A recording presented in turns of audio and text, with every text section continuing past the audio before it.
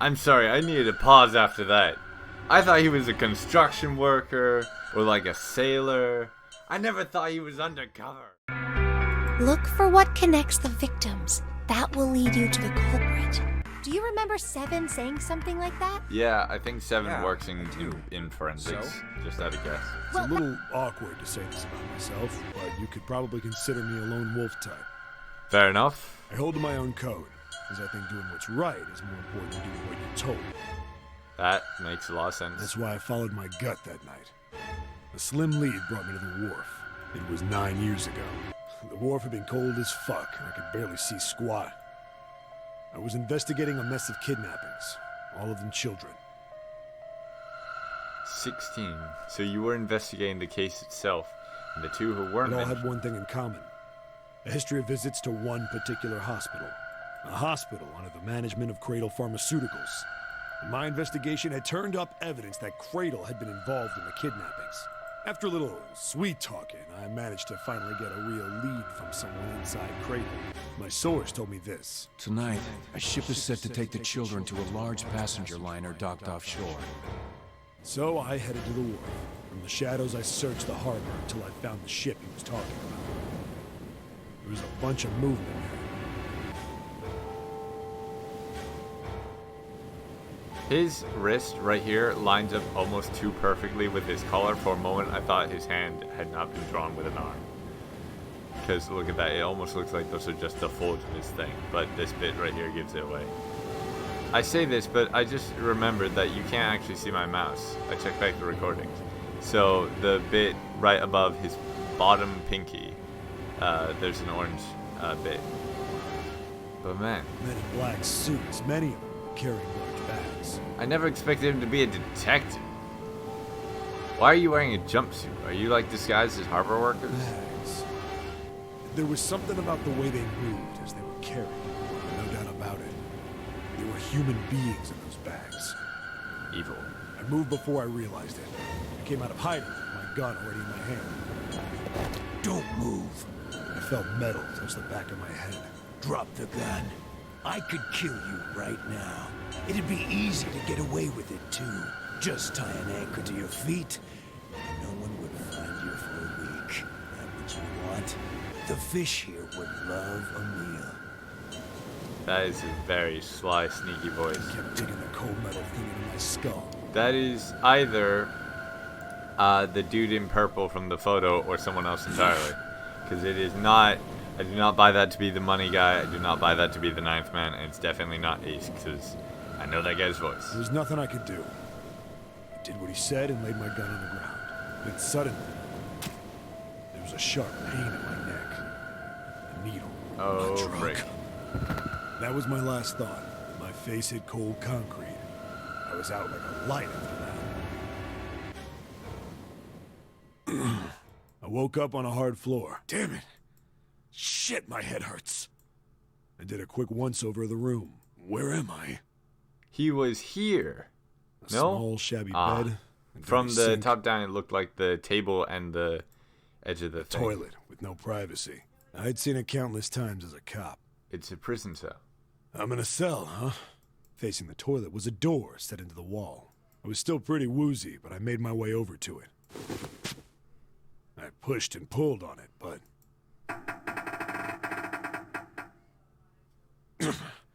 it won't open. Not like I expected much else. Who'd be dumb enough to put me in a cell and leave it unlocked? That's a good question. Threw myself against the door a few times, but it wouldn't budge. I knew it. I gave up and made my way back to the bed, and sat down. I sat there for a very, very long time. Who knows how long. Then, I heard a faint voice.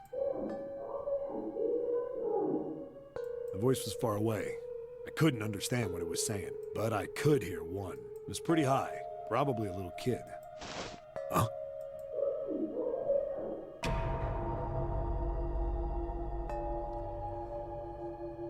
So they're playing the nunnery No, game. It was several. I hear 5, or 6, maybe more. Where? Where are they coming from? So he's on the gigantic. I pressed my ear to the wall and tried to listen through it. No, that's not it. Because I can't imagine they took him all the way to Nevada after catching him. Left. It's coming from under the bed? I hauled on the metal frame and flipped the thing over. And there it was. The bed had hidden an air vent under it. The hole in the wall was covered by a metal grate. I dropped flat on the floor and peered through the grate. I couldn't see shit, but I knew it in my gut. This was where those voices were coming from. Even if it wasn't, it's like it's your best chance right now. Hold on.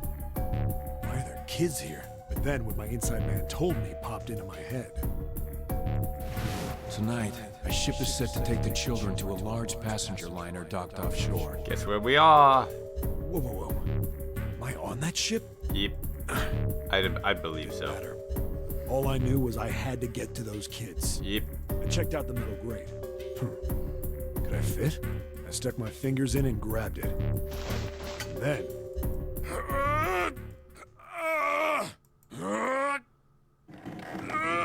Oh! Oh, heck yeah! Yeah! How do you like that, you son of a bitch?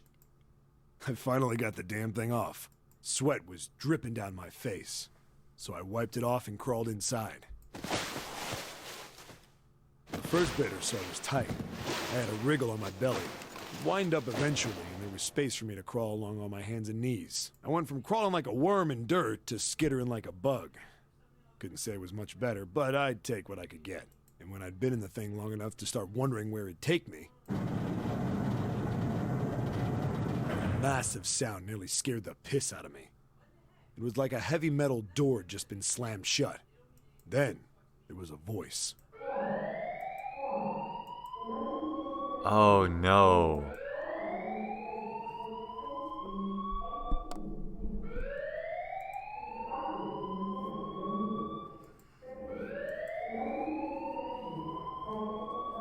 What? I wasn't sure what it meant, but anything with incinerator is bad news. Very true. Then, almost as if that was a cue, I heard a mess of young-sounding voices. A bunch of them were straight up screaming in terror. And all the sounds together made a howl that made the hair on my neck stand straight up. Damn it! What the hell is going on here? I scrambled through the duct as fast as I could. I made a giant racket, but I didn't care at that point. I soon found a metal door on the left side of the duct. The kids were screaming on the other side. I found it. I yanked the handle and threw the door open. I almost ripped the metal off its hinges. What the hell is this place? I couldn't believe what I saw. The room had a dome up top. There had to be about 9 walls, all the same size. Up in the ceiling was an upside-down funnel, almost like a chimney. I looked down. There they were. The kids I'd been searching for. Hey! I know this one.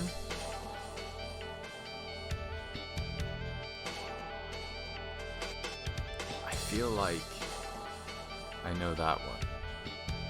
And then I think I know who this is, but that one's just a guess. They all gawked up at me, suddenly silent. For the moment, I don't know who that from over there surprise and fear. Scared of the room or me, I couldn't tell. Probably both, actually. Not like I can blame them running into a mug like this when they're already scared shitless. I snorted at my own dig at myself and turned to the kids. Don't worry, kids, I'm not your enemy. I'm one of the good guys. All of them stood there, frozen. Well, except one. He was a boy, slightly older than the others, in a private school uniform. Who the hell are you? Oh, that voice. He stepped forward and glared at me suspiciously. I'm a detective.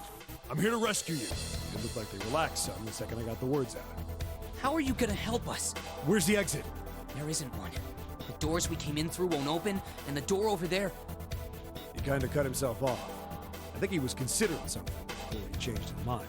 Anyway, there's no point. We can't all get out of here.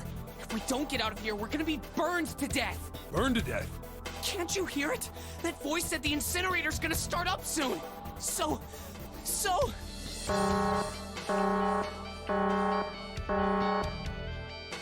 The voice spoke again. Incineration will begin in 15 minutes. They only had 15 minutes. I looked back down at the kids. Looks like a good 20 or 30 feet to the floor. No way I could pull them up. Too big of a distance for any of us to reach. What the hell was I gonna do? But then I got an idea. Wait right there. I'm gonna be right back. What? Where is he going? Are you just gonna leave us here? They just got frightened again. I'm not the best at that kind of thing, but I try to reassure them with a smile. Don't worry, all right? I'll be back, I promise. So just stay calm and wait right there. Got it? I didn't wait to hear them respond. There wasn't time. Yeah. I had to hurry.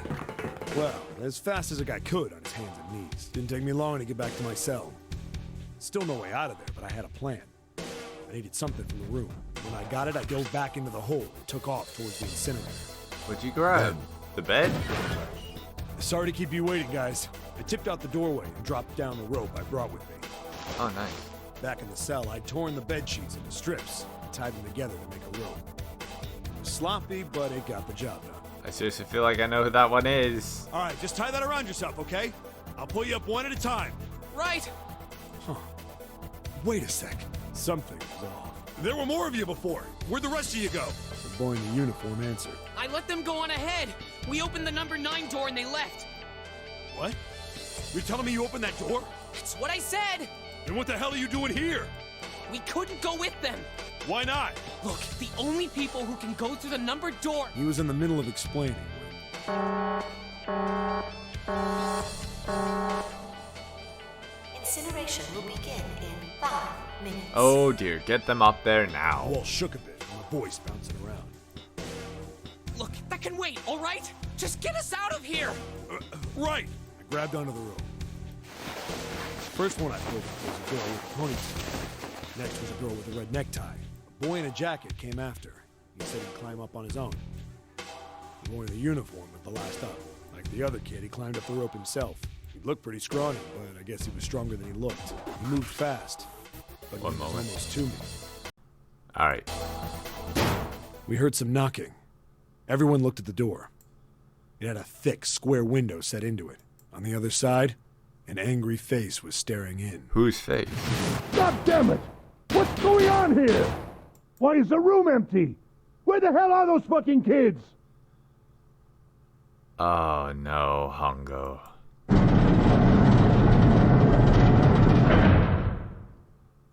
The door opened, and a man stepped in looking half mad with fury. I recognized his face. I saw him many times in photos during my investigation. The man's name was Gintaro Hongo, the CEO of Cradle Pharmaceuticals. Yeah. Hongo saw the boy hanging from the rope. Yeah! It was like he was an animal. He lunged for the rope. Hurry! I know! The boy in the uniform booked it up the rope. You son of a bitch! Get back here, you little shit! 15 feet. 10. The second I could reach the kid, I grabbed him. I hauled him up and tossed him into the duct behind me. No! No! Hongo had lost it. His face didn't even look human. It was like the bastard pulled off his fake face. He was really a terrifying devil or some kind of damn monster. I quickly reeled in the rope, leaving a furious Hongo yelling at me from the floor. You fucking bastard! You won't get away with this! How dare you compromise this experiment! Experiment? What experiment?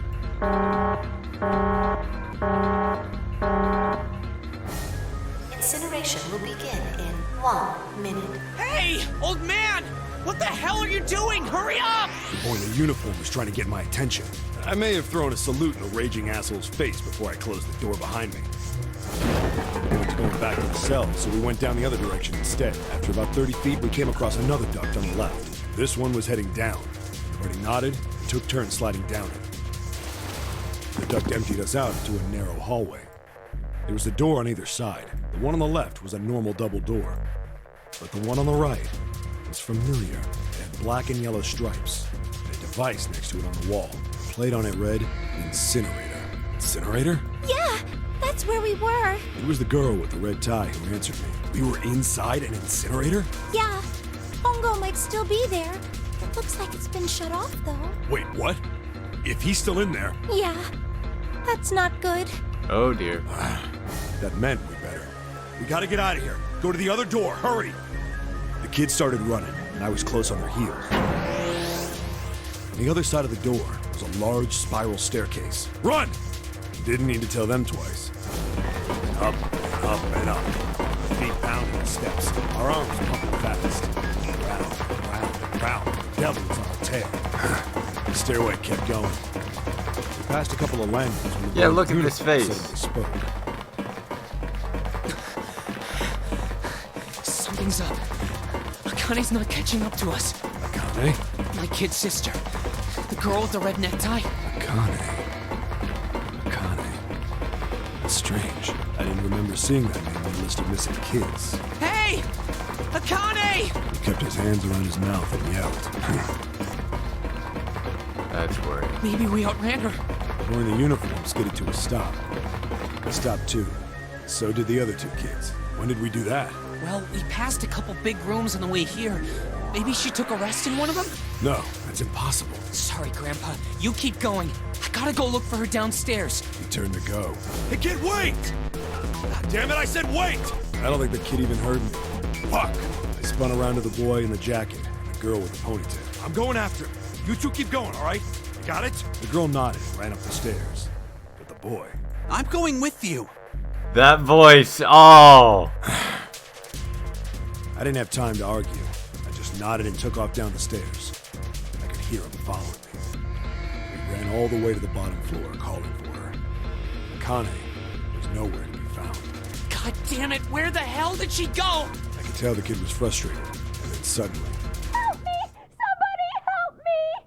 Oh no. I heard a girl's voice. Akane! Hongo, what did you do? The boy in the uniform threw open the door and leapt into the hallway by the incinerator. We rushed in after him. I couldn't for the life of me believe what we were seeing. That bastard Hongo had Akane by the arm and was forcing her into the incinerator. Come on, goddammit, move! No, I don't want to! Let me go, please! Let go of me! See, she is very familiar. She planted her feet squarely on the floor and was struggling to get away. But Hongo was bigger and stronger. She wasn't gonna win. Akane! My brother roared with anger and charged toward Hongo. Help me! Ah! You're too late, idiot! Hongo lifted Akane bodily into the air and threw her, still fighting, into the incinerator. Before we could even blink, Hongo had leapt through the door after her. We saw him land inside. And then, the door slammed shut. We ran to the door. We did everything we could think of to get the thing open. But Fuck! It's no use! The goddamn thing won't move an inch! he started slamming his So fist this, against the door. we're starting to draw the lines between how everyone's involved in this. We still left out though Junpei. He seems like the odd man out who has no connection to this game. And Lotus. He was close to shattering his knuckles with how hard he pounded on it. Unless Lotus is the girl with the ponytail, Akane! but Are you okay? I can't for the life of me buy that. You came back! Her voice was muffled. but all It of us said could Connie. Sheer terror in it. It wrote that as Connie. You can't be serious. What should I do? I think I'm trapped in here! Where's Hongo? He went out the other door! What? Warning. Warning. Emergency incineration command has been acknowledged. Oh, Hongo. Automatic incineration will take place in 18 minutes. Oh, and the other ending, Snake did the right thing, dragging him into that incinerator, holding him down. Please evacuate the incinerator immediately. She gets out, doesn't she? Repeat. Emergency incineration command has Right, been one acknowledged. bastard move. Are you fucking kidding me? The same damn thing! Are you there? Yeah, we're here. Just hang on, alright? We're gonna figure out a way to save you. His words would have seemed like a sick joke to her if she'd been able to see how white and bloodless his face was right then.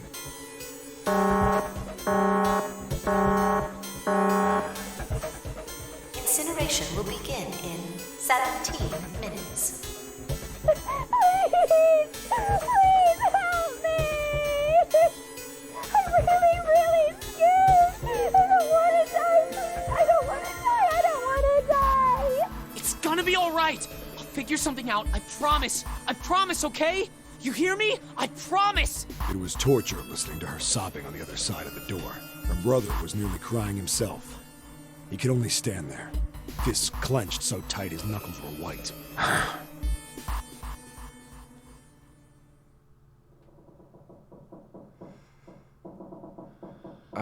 what happened then? Come on, man. Put yourself in my shoes. It doesn't end good. You think I want to remember that? Then... Yeah. Shit. If I'd known it was gonna be like this, I almost wish I hadn't remembered. Hey, are you sure? Huh? Look, I don't want to ask this either, but there's something I don't get. So if you could just tell me, did that girl, Akane, really... Yeah, I'm sure. There wasn't anything we could do. After a while, the countdown ended, and we heard something... burning. The fire stopped, but we still didn't move. Me and the jacket kid were frozen. The boy in the uniform collapsed as if he couldn't hold himself up anymore. A few minutes passed. The door opened. The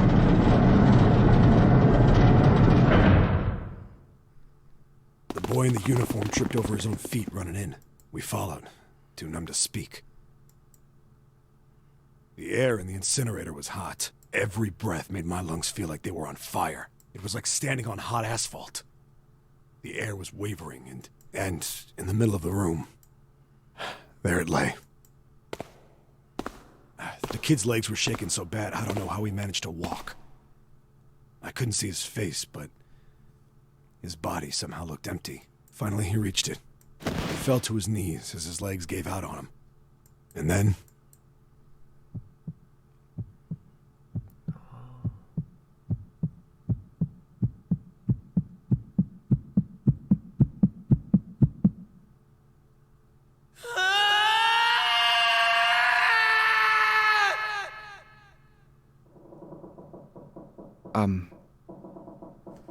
But what the heck? Can I ask you one more thing? What's that? The girl, Akane. What was her last name? What does it matter to you? Just tell me, okay? Please? Kurashiki. Her name was Akane Kurashiki. What? Well, I mean, obviously his reaction means that it's the same person. But then who is Jun? You were there that day, weren't you? The tall kid in the jacket. That was you, wasn't it? Yes, it was. You are correct, Detective. I figured. I was hearing that voice and I'm like, I know who that is. And I was looking at that hair and that expression. Don't misunderstand me. I told you before how Zero threatened me. There was nothing I could do. I couldn't say anything about what happened 9 years ago. So you're saying you're not working for Zero, right? Of course not. Clover, what about you? Hey, come on! You really think I'm working with Zero? I told you before, you idiot! I was in Nevada, in Building Q. I did hear that a detective rescued the kids on the boat, but I didn't know it was you. Well, I guess I believe you. All right, let me ask you another question. Santa's real name is Aoi Kurashiki. Oh, there it is. Oh, dear. He's Akane's brother. You know that? No, I didn't. Did you? Well, yes. I know Aoi Kurashiki was her brother, but I didn't know he was Santa. At least not from the beginning. 9 years ago, he was in the middle of puberty. His voice is entirely different now. I'm ashamed to say that even my exceptional hearing wasn't able to make that connection. As such, I had no reason to think Santa was Aoi. When did you figure it out? Clover told me that Santa might have been one of the subjects of the initial experiment. It was only a short while ago, while we were leaving the library. When she told me that, I had a feeling. Santa is Aoi? Akane Kurashiki, Jun's brother? There's still a lot we don't know. I mean, like, a lot. But there is one thing I think we can say we know. What's that? The body we found in the shower room. It had to be Nijisaki, dressed up to look like Snake. Yes. What? Come on, man. What kind of detective are you? You didn't figure that out already? That's what I was saying. Hey, go easy on me, man. I just got my memory back, all right? Cut me some slack. Well, I mean, I had the benefit of an actual visual, like, of Hongo's memory, so I'm kind of cheating. Well, if but he is, the 3 murders make sense then, don't they? Yeah, that's right. Murder. Kubota blew himself up, but that was murder too. So why did these murders take place? If Junpei is correct, and the body in the shower room was Nijisaki's, that means all of the people who were murdered were involved with the creation of the Nonori project. in which case, their murder makes a lot more sense now. Kubota, the person who conducted the actual experiments. Nijisaki, Hongo's assistant. Musashido, the man who financed the project. You mean this was all just revenge? Santa is Zero. He's getting revenge for the death of his sister. That's why he killed them. No, I don't think Santa actually murdered anyone. If I'm right, then it's not hard to figure out who the next victim's gonna be, is it? What? You don't think Santa actually murdered anyone?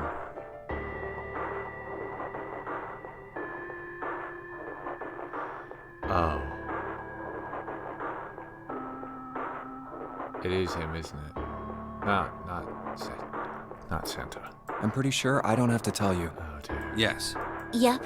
Right. the next target will be Gentaro Hongo. The person who planned the Nonori project. In Yeah. other words, Ace. What? Whoa, what the hell's going on here? The ship might be Must be flooding. 6 a.m. Our time is up. Shit! Come on, we need to get out of here. Yeah, now. I'm betting this sucker opens the exit. Come on, let's And go. you gotta move! Keycard 0. Well, that's thematic. Alright, let's just swipe this card. Boom! Junpei, look! It's unlocked! Yeah! Now we can go back to the library. Hurry up, Junpei. We don't have time. Let's go. Alright, let's go. Hurry! Yes, I did find it. Thank you. However, we have got to go. Huh. I think the shaking stopped.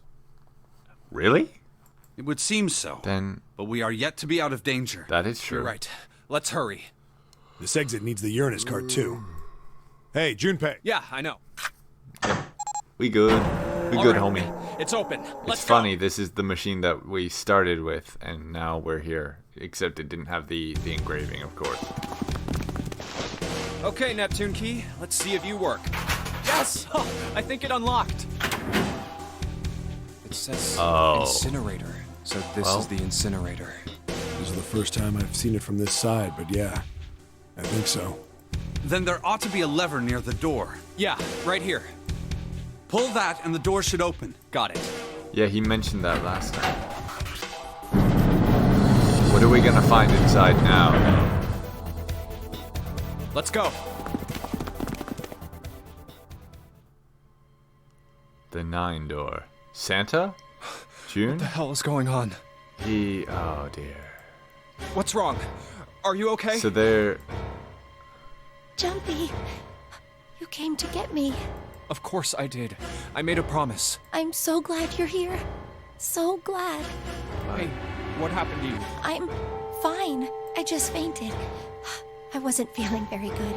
What happened to Santa? I'm feeling a lot better now, though. Are you sure? Yes. I just need to rest a little longer. I'm sure I'll be fine. You shouldn't worry about me. Santa. Hey, where is it? Where's the gun? You hide it somewhere? I don't have it. I got sucker punched and they took the gun. Hongo and Lotus. What? Who took it? What? Isn't that obvious? I took the gun. Yeah, we're here again. Ace. Just what the hell do you think you're doing, Ace? Or maybe I ought to say Gentaro Hongo, CEO of Cradle Pharmaceuticals? You have me at a disadvantage, and I don't like that. You know me, but I don't know you. Do you have any idea how much I've suffered? Can you even begin to understand my pain? The pain of prosopagnosia, right? Another irritating insect. And how do you know that? Good question. No matter. If you don't want to answer, it makes no difference to me. Good question. He's actually, that was not sarcasm. He was just like, you have prosopagnosia. And then when he asked me, he's like, that's a good question. How do I know that? This is a waste of time anyway. It's time for me to go. You figured out what? First is 1. Give me your hand. 8. And with this, 9. The 9th man. Kubota's bracelet. I believe I've won this game. I've had quite a time playing with you. I must thank Zero, I suppose. Wait, what? Ace doesn't know who Zero is. What the hell are you planning, Santa? At any rate, this game ends now. I will escape, and the rest of you will have a slightly less pleasant ending. I suggest you enjoy your final moments. Goodbye. Wait! What? Why isn't it opening? One more time. Whoa, that is not a safe way to Now handle open!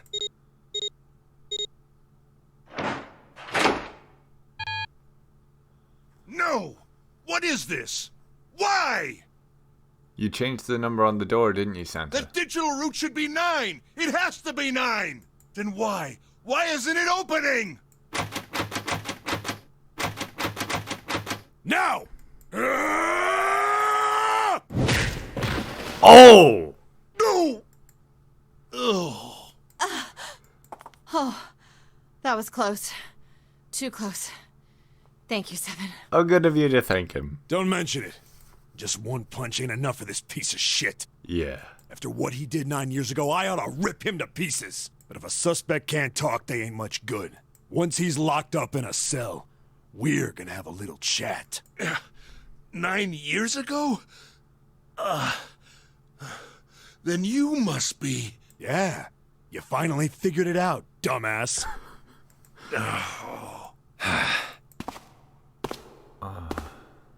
Ace, you killed Kubota, Nijisaki, and Musashido, didn't you? Wait, Nijisaki? Oh, right. You don't know yet. All right.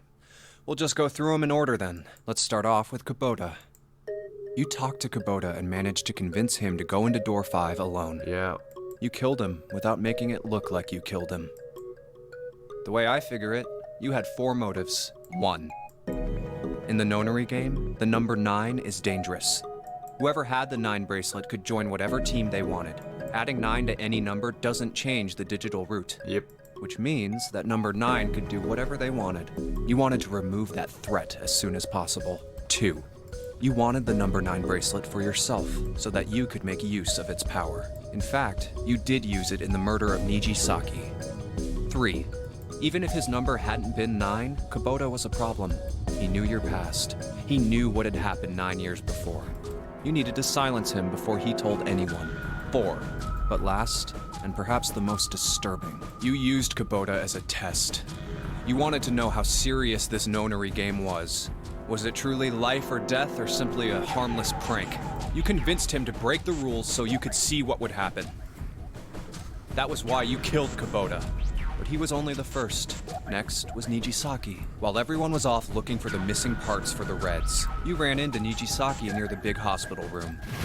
However, because of your prosopagnosia, you didn't realize he was Nijisaki. Chiefly because, when you met him, he was dressed like Snake. That was why you thought Nijisaki was Snake. No, that's not... That was Nijisaki? Why? How did... I'll get to that. Anyway, you thought he was Snake. Snake was one of the kids in your experiment 9 years ago. You remembered him because he was the blind kid. But his presence made you think. Snake was one of my subjects 9 years ago. He probably hates me. But if that's true, why isn't he saying anything? Is he keeping quiet because he can't see? Or perhaps he's working with Zero to get revenge on me. Whatever the reason, anyone who knows my past is a threat. Before he tries anything, I need to get rid of him.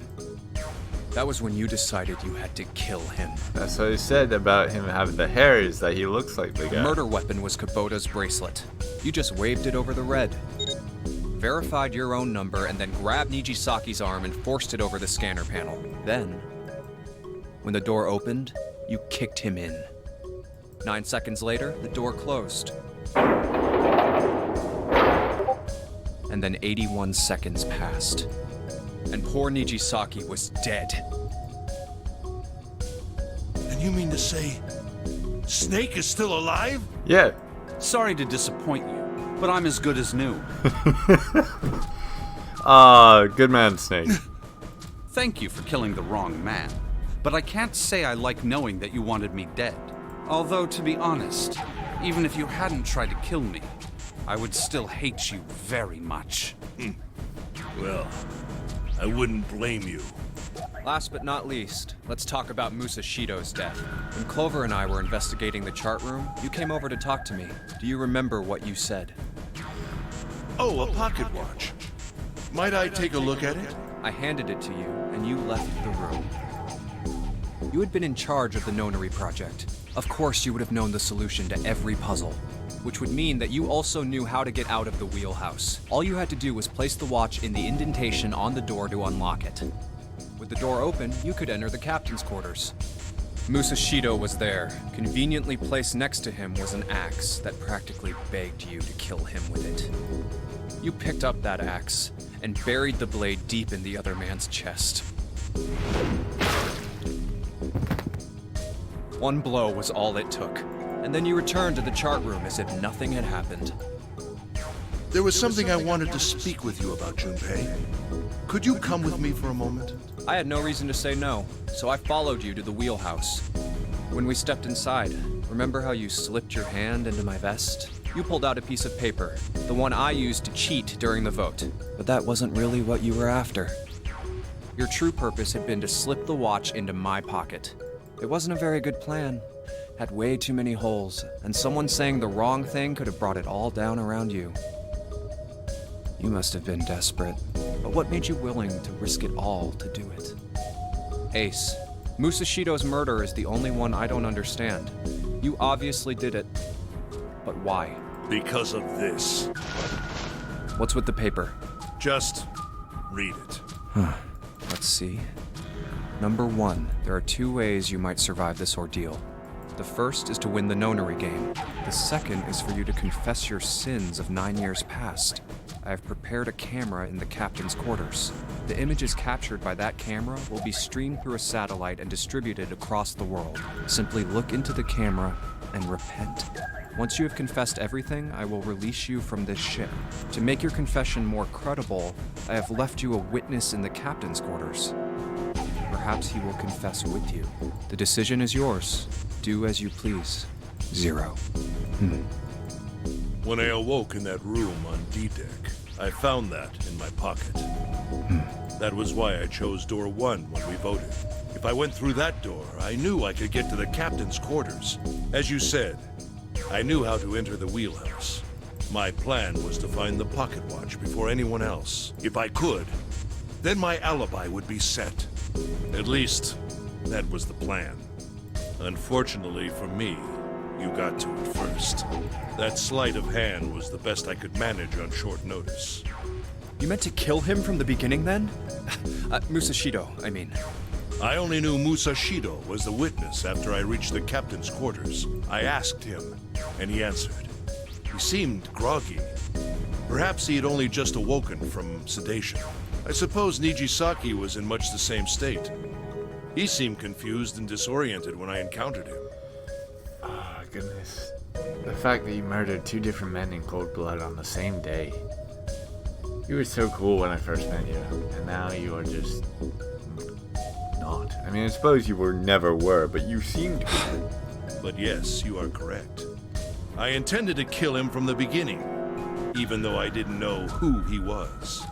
I proceeded to the captain's quarters in order to remove this so-called witness. Ace, you figured it out, haven't you? You were being manipulated. Yes, so it would seem. I was little more than a puppet, in many ways. Everywhere I went, everything was already prepared. Yeah.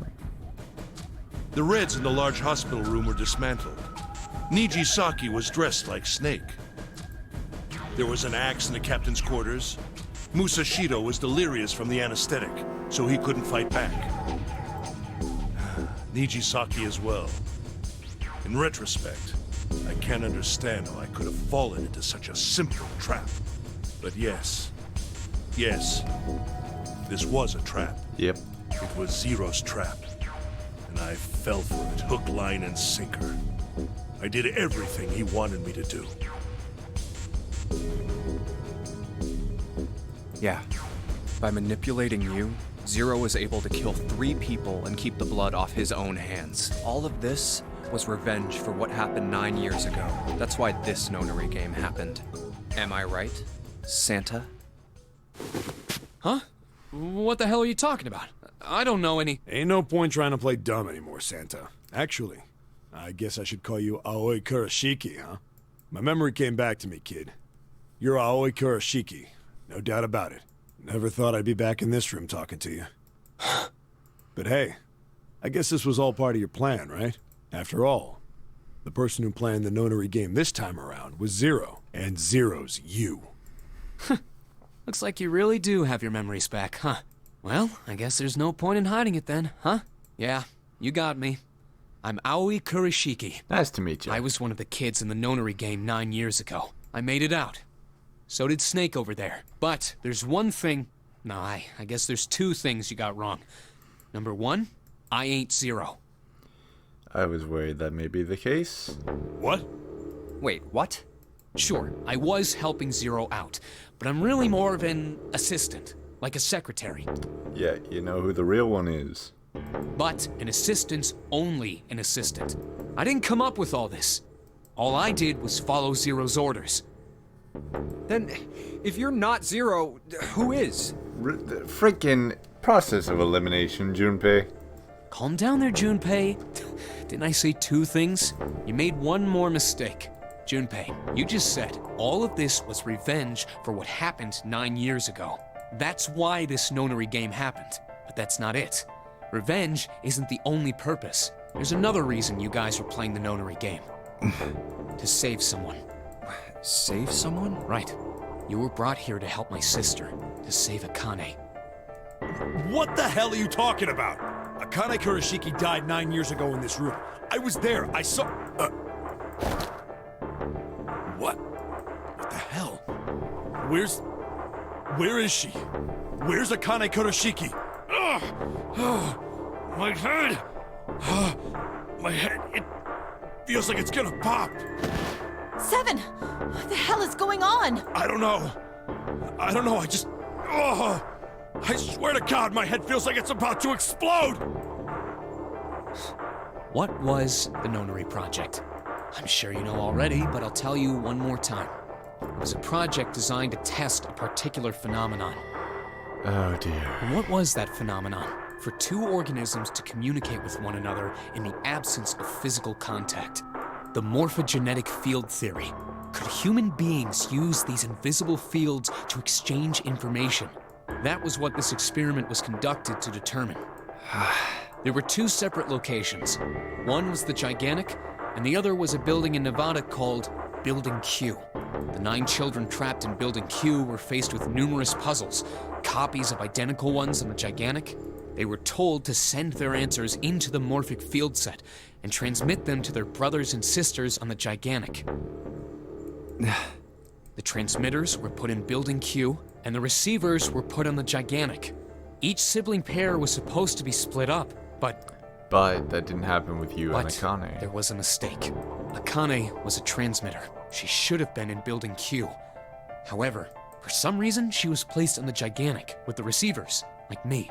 Perhaps she was mistaken for someone who was supposed to be in Group A. Whatever the case, Akane ended up on the Gigantic. I think I've told you enough. You get it, don't you? I'm pretty sure you know where this is going, Junpei. Where what is going? Don't play dumb. You know things you shouldn't. Things you couldn't. How did you know Ace had prosopagnosia? How did you know why Ace wanted to kill Kubota and how Nijisaki was killed? Were you surprised when you found out Ace was Hongo? And what about the coffin Snake was trapped in? How the hell did you open it? Well, that's... He knew because I knew. Junpei was receiving information that I sent to him through the morphic field set. It's simple, really.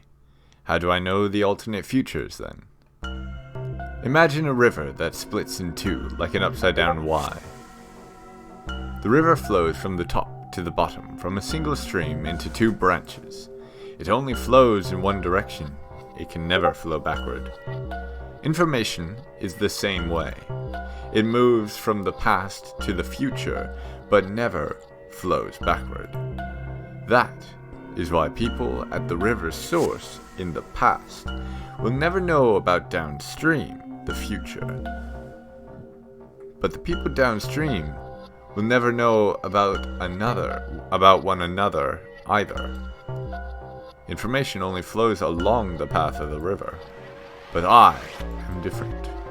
I can manipulate the morphic field set to pluck knowledge from the future. I know what happens on either fork of the river, even though the people on either fork know nothing about one another. Now, who am I? I am I, the 9th letter of the alphabet, but I am also 0. No, that's not true. I'm not really 0. Not yet. Perhaps you could say I am less than 0. 0 is my future. In 9 years, I will be 0. So this is coming from the past. Where did she go? No, Akane. Where did you go? Santa!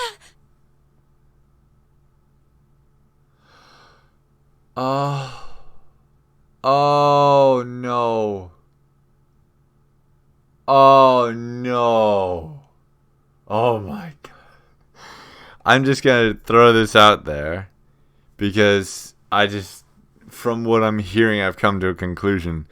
I don't think Akane has been here at all. I believe she has been absent since the very beginning. And I believe she did die 9 years ago. Why is Clover... Oh, shit. Freeze. Santa's got the gun. Guess he picked it up when we weren't watching. Looks like he's turned the table on Ace, though. Wonder how he likes having a gun to his head. Get up. Sure isn't about to take that gun off of him for a minute, is he? Yeah, that is a very determined look of evil. Ace isn't putting up any kind of fight. I mean, I don't think I would either, but he just looks drained. I guess he's going for the door, huh? He doesn't need to verify to go through that door, Hey, but... what's your plan, Santa? What are you doing? He can't go through any numbered doors with just 2 people. What the hell is he Didn't I thinking? tell you? I'm Santa Claus. It's time for me to go make a wish come true. That's it? That's all he's gonna give us? What the hell does that even mean? Shit, they're out. Don't leave us in here. And now the gate's shut. Looks like the rest of us are stuck in here. They're all looking at me. At least Seven's headache is gone. He seems to be alright. Well, I guess there's no harm in trying. Let's see if this door still opens. Damn. Well, it looks like this door isn't opening anytime soon. Nope. Oh, you mean we're trapped? So it would seem. What the hell is Santa trying to do? Unless... See, there is a problem with Akane not being here. Not actually being here. In that, then Santa going through the doors, his bracelet... Oh, no, it's very easy. His bracelet's 9. If Santa's wearing the 9 bracelet, then there you go. Oh my gosh. Oh my gosh, what? Have you considered where we are? There can really only be one thing Santa would do now. No. No, you can't be serious. Oh, but he is. Shit, we gotta do something. Maybe we could still get out through door 9. There's the red. Yeah, alright, we can do this. I just gotta...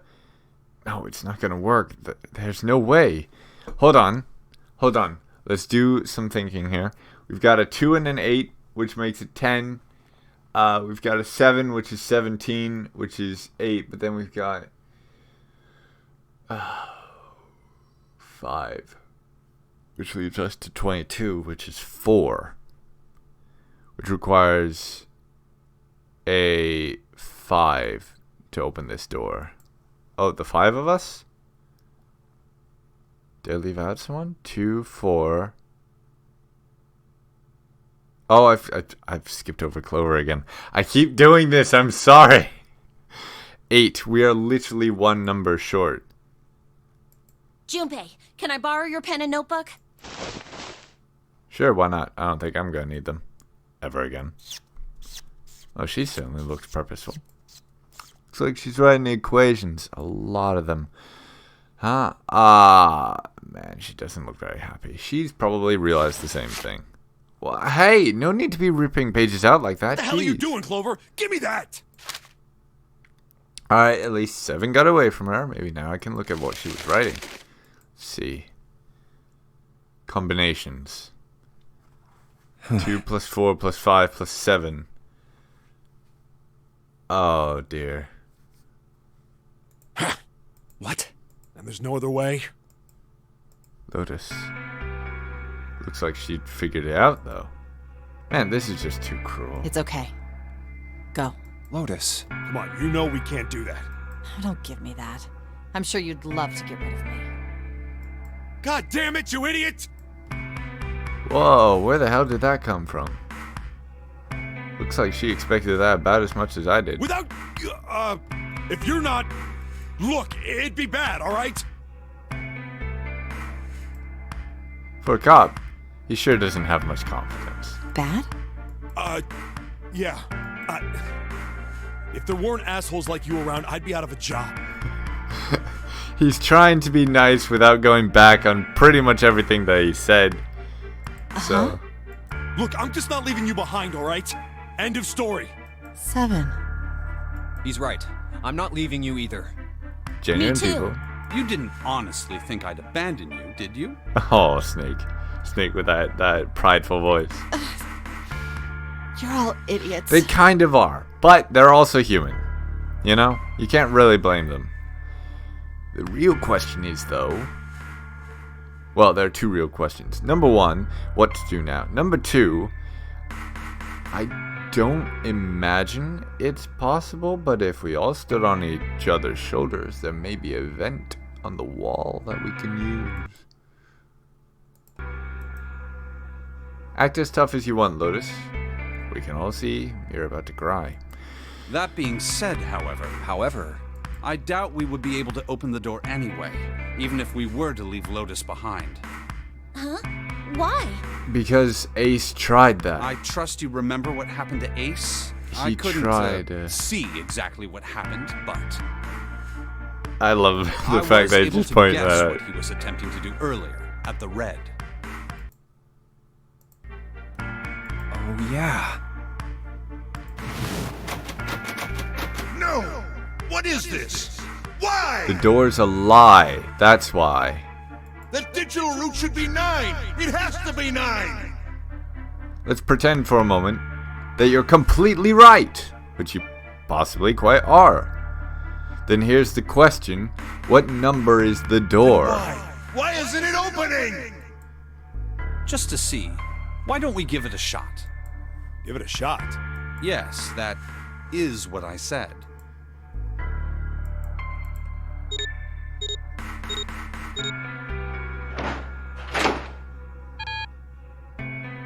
Yep, it's 18. 1 plus 8 is 9. And it's not opening.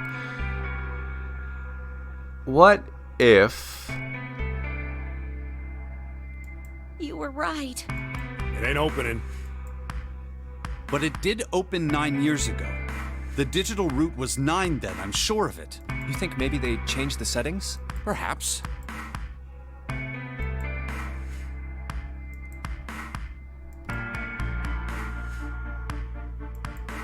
Alright, so they've eliminated that other theory. And stare at the door with a 9 on it, unless it's not a 9.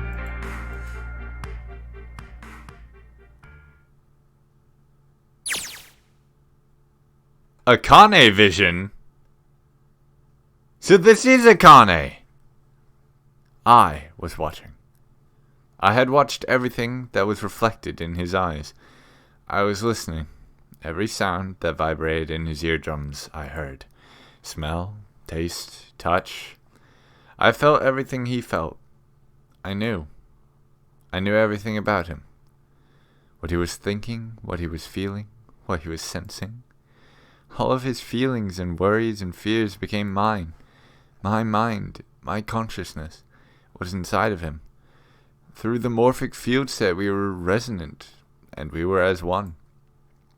I was him, and at the same time, I was an observer. It started with a tremendous noise, like a clap of thunder. That was approximately 9 hours ago. A bomb had gone off on the ship that we were on. That was when my resonance with him began. My resonant event melted into him and we became one, inside of Junpei. Somehow I found myself in Junpei's mind 9 years in the future. But I didn't lose myself. I was living in 2 realities at once. One was the present, and the other was the future. Perhaps you could think of it as 2 movies showing on the same screen at the same time. Eventually it becomes difficult to separate them and determine which movie is which. However, if I concentrated, I was able to focus on one or the other. That was why I was able to grasp what was happening in front of me. Come on, over here! There's Snake, there's Santa, and there's her. I thought she was familiar, and there we go. Come on, over here! That's what my brother Aoi, he was yelling. That was my brother Aoi, he was yelling. I followed him. Around me were 7 other children. They all looked like they were about my age. Come on, hurry up! We ran down a long, straight hallway and burst into the large hospital room.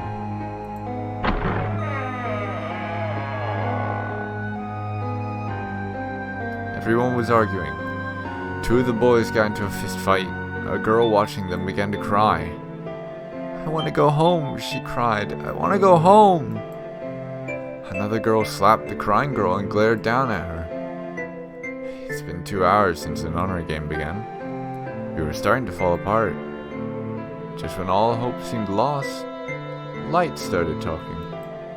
He was blind. 9 years later, we would call him Snake. Light, huh? Hello? Everyone? Could you come over here for a moment?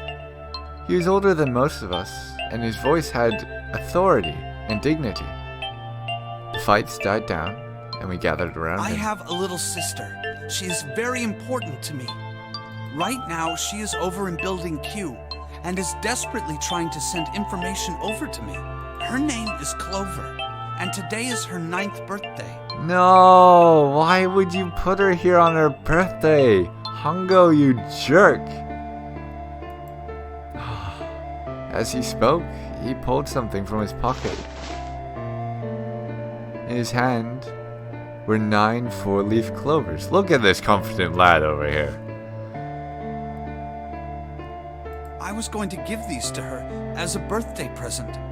I was outside picking them when I was abducted. That's very sweet, actually. I'm sure I've already told you, but I am blind. For a man who can't see, collecting 9 of a very specific plant is, well, it is difficult. I love Snake because he's such a charming person. But my sister means a great deal to me, and I hope that these would show her how much I cared for her. Since it's her 9th birthday, I thought 9 4-leaf clovers would be appropriate. Every one of you has a brother or a sister in Building Q with Clover. For their sake, we have to survive. We have to get off this ship. Do you understand? If we're going to do that, there are 3 things you have to remember. We need trust and love, and we have to have faith in one another. Snake, you were the one who decided to attach the words when explaining this to the others. If we can take all 3 of those to heart, then I promise that good luck will come our way. Did you know that the leaves on the 4-leaf clover mean faith, trust, love, and luck? Those words are leaf words. So if you believe what I've told you, and you understand, then I want you each to have one of these. They're a promise between friends. He gave a clover to each of us. I took one too. Eventually, he was left with only a single 4-leaf clover. He had one last thing to say. Now, don't ever forget, so long as you have that, we will always be connected. Do you understand? When he finished, the tension of only a few minutes before we was gone, we were calm. Snake's a great guy. I like him a lot. I want to be like him. After that, we ran around the ship for a while longer and opened several of the numbered doors until finally we found a door with the number 9 on it. In fact, there were 2 doors with 9s on them, and we found them in the chapel. We split into 2 groups and walked through the doors.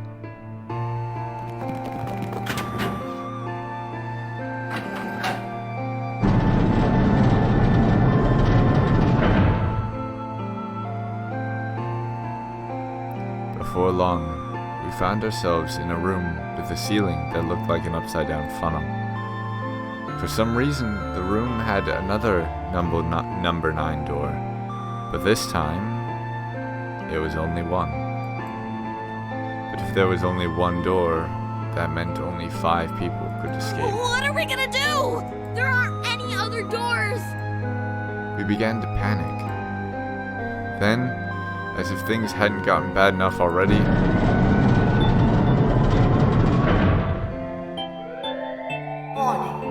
Warning. Emergency incineration command has been acknowledged. Automatic incineration will take place in 18 minutes. Please evacuate the incinerator immediately. Repeat. Emergency incineration command has been acknowledged. What? What's happening? What did that thing say? That didn't sound good. my brother Aoi swallowed hard and answered, I think it means this room is gonna burn.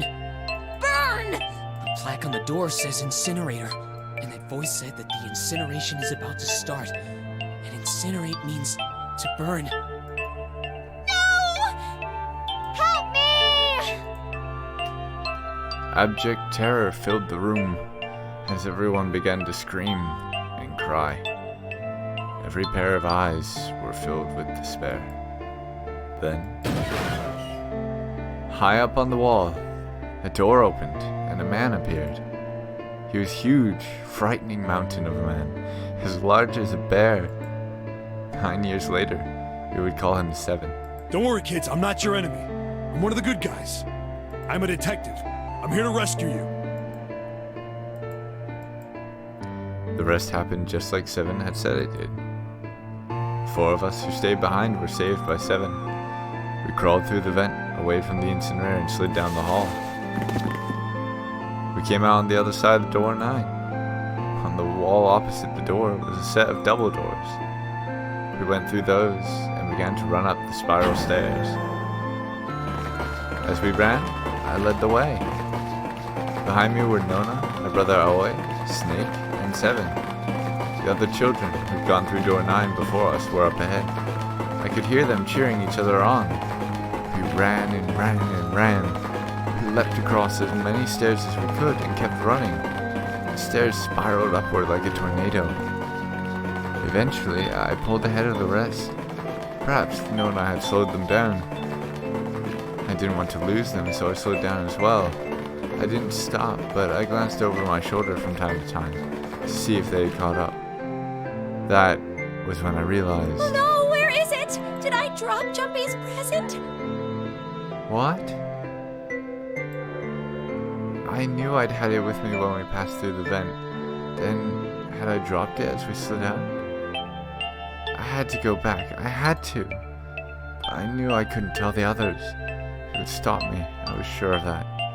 I didn't stop to think. I simply moved. I ran down to the central hall, the room that connected to all the other areas of the ship.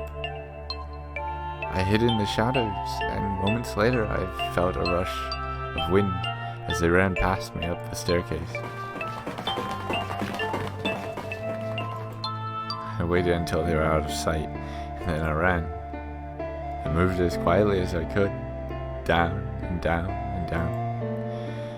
Finally, I reached the bottom deck. I ran into the hallway and looked around frantically. There it is! It was just where I thought it would be, sitting under the opening of the vent. I ran over and snatched it from the floor, as I ran back towards the stairs in freedom.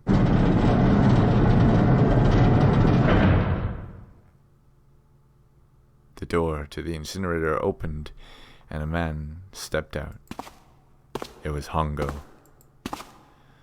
Gentaro Hongo. 9 years later, we would call him Ace. Ah, how wonderful to see you decided to come back. His smile made my blood run cold. It looked mechanical, as if someone had simply pulled up the corners of his mouth. Come with me. We must continue the experiment. I shook my head, eyes wide. Slowly, I began to walk backwards. 1 step, 2 steps, 3 steps. Then I spun around and broke into a run. I felt Hongo's hand clutch over my left wrist. Glues. I said, come with me. There was an edge of insanity to his voice now. I pulled as hard as I could. No! Stop! Let go of me! Let go! I shook my body and flailed my arms, trying desperately to get Hongo to let go of me. But I was still only a child. I was no match for a man like Hongo. Stop struggling, goddammit! Do as I tell you! He heaved on my arm, trying to pull me into the incinerator. I screamed. Help me! Somebody help me! Then suddenly, Akane! the door to the stairs flew open, and my brother Aoi burst out of it. Behind him came Seven and Snake. Akane! He cried my name again as he leapt towards Hongo. You came back! I cried out, but then Ah! You're too late, idiot! Hongo threw his full weight against my arm, pulling us both into the incinerator. Ah! The force of it threw me to the floor. I scrambled to my feet and looked towards the open number 9 door. Hongo stood between it and me, but behind him I could see my brother, his fists clenched. But those fists never reached Hongo.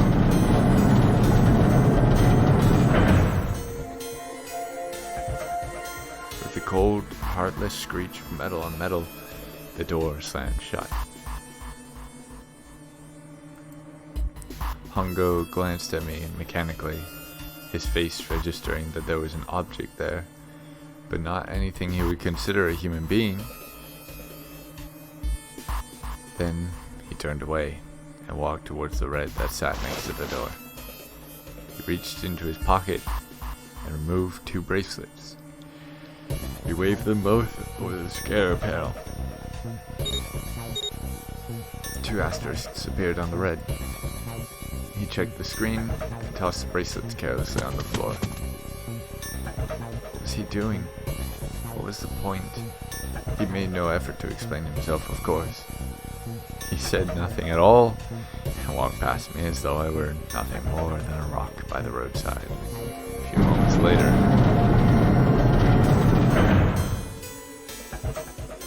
2 other doors slid shut as well.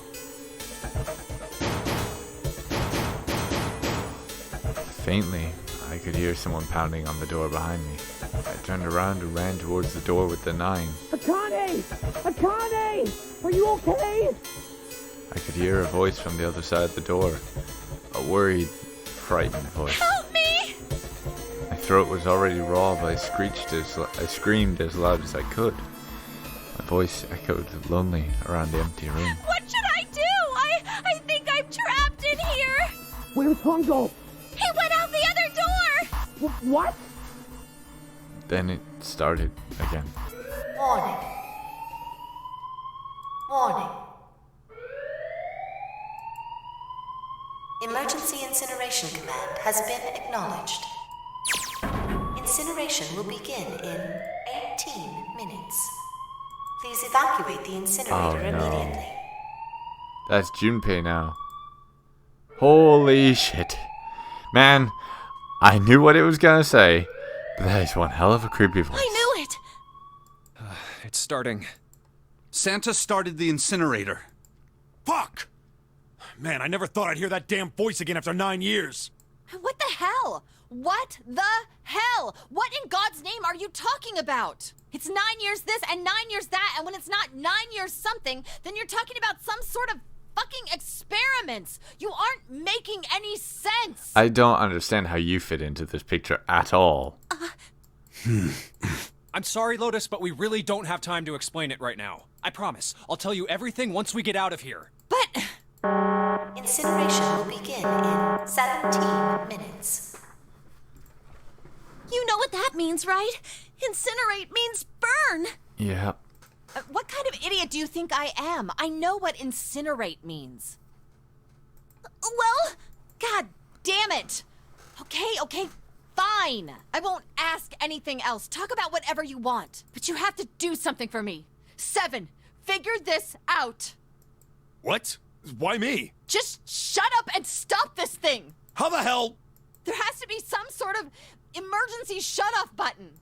There isn't anything like that. How the hell do you know? Because I looked for it 9 years ago. Yeah, Lotus isn't happy about that. Can't really blame her. But the floor is moving. What? What else can I say about it? What the hell is that? What is that? What else could I say?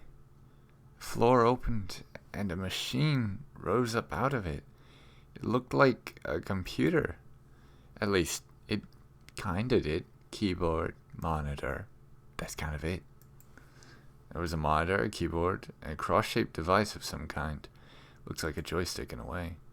Something about the machine scared me, but I forced myself to walk up to it. I was terrified.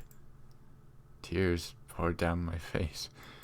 I wiped them off, even as more took their place, and forced myself forward. Finally, I reached it. I looked down at the screen. It was blank. Oh, Akane. All I saw was my own frightened face staring back at me from the glass, drenched in tears. All I can see on the screen is a reflection of my own face. I'm looking kind of freaked out. I know I'm sweating like crazy, but seeing it kind of drives it home. Okay, Junpei, calm down, right? Everything's gonna be okay. Ah, man, I wish that thing would just shut up. Incineration will begin in 15 minutes. Alright, back to this thing. If it's only showing up now, then it's gotta be important. But what the hell am I supposed to do with it? Hey, move! Oh, Santa. Oh, we're messing with time now. Akane fainting is not... Here's my current conclusion. That's really Akane that's with us. It's changed, yes it has. But whether or not that fainting means she stops existing depends on this last puzzle. Yeah. Hey, we're all tense, lady. That doesn't mean you get to shove people around. There's nothing on the screen, though. Oh, this is bad. This is really bad. If there's nothing on here, how are we supposed to do anything with it? Calm down. Sure, I'll just push buttons. I'm sure that'll... Well, it does something. Oh, well, at least it's on now. What's on the screen, though? What is this? What's up? It looks like It's a some sort puzzle. of puzzle. Yeah. Got a bunch of numbers and letters scattered across a 5x5 grid. The numbers range from 1 to 8. Do you think that if we solve this puzzle, The incinerator will stop? Yeah. Well, we can hope, right? Hopefully. Alright, puzzle. How do you work? Oh, man, my goddamn voice again. Incineration will begin in 13 minutes. I've got 13 minutes to solve it. Shit, 13 minutes. Can we really do this? My heart feels like it's gonna pop. My heart was pounding like it was about to explode. That face, I can't stand it.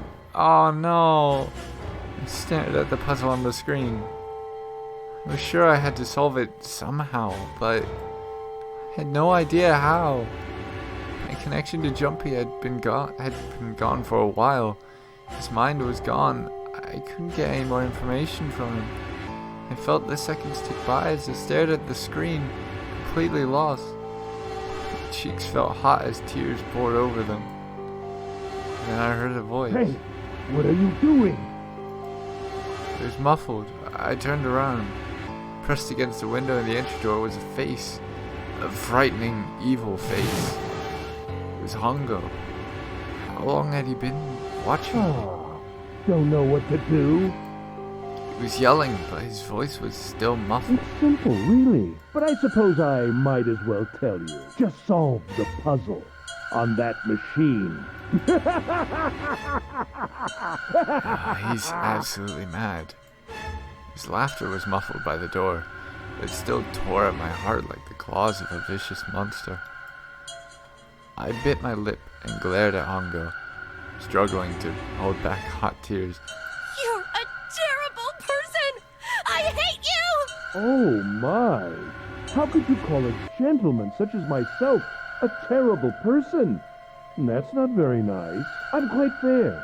I don't use tricks or play dirty. You see? I've even left you a way out. A way out? Didn't you hear me? All you have to do is solve that puzzle. Do that, and you can stop the incinerator. What's the point of stopping it? You'll only capture me and make me do this all again. I'm not going to listen to you. If you're just going to throw me back in here, I might as well just die now. My goodness, haven't you listened to anything I've said? I told you, I'm a fair man. Huh? If you solve the puzzle, the verification function of the red will in turn activate. If this experiment is to deliver valid results, there must be a chance of success. If you succeed, you will escape. The verification function of the red? Then I remembered. Before Hongo left the room, he had scanned 2 bracelets into the red. Ah, so you do remember. Right now there are 2 numbers in the red. The first is 1, and the second is 3. 4. Hey, Akane, what's your number? I looked down at my left hand. The face of my bracelet showed a 5. 1 plus 3 plus 5 is 9. I ran to the door with the 9 on it. I grabbed the red and put my hand against the scanner panel. Nothing. And that's what the machine is for. You really aren't one for listening, are you? I hear Hongo's muffled voice from across the room. I've already told you, didn't I? Once you solve the puzzle, the verification function of the red will activate. In other words, if you haven't solved the puzzle, you can't enter your number. What kind of fool are you? Why are you doing this? You could never understand. You don't know what it's like to spend every day surrounded by monkeys. Now start the experiment. Solve the puzzle. I can't! I don't know how! Of course you don't. Isn't that the point? You understand, don't you? Access the morphogenetic field and find the solution. I can't! Then you'll die. You'll burn alive. It's gonna be quite hot in there in a few minutes. I imagine it will be very painful.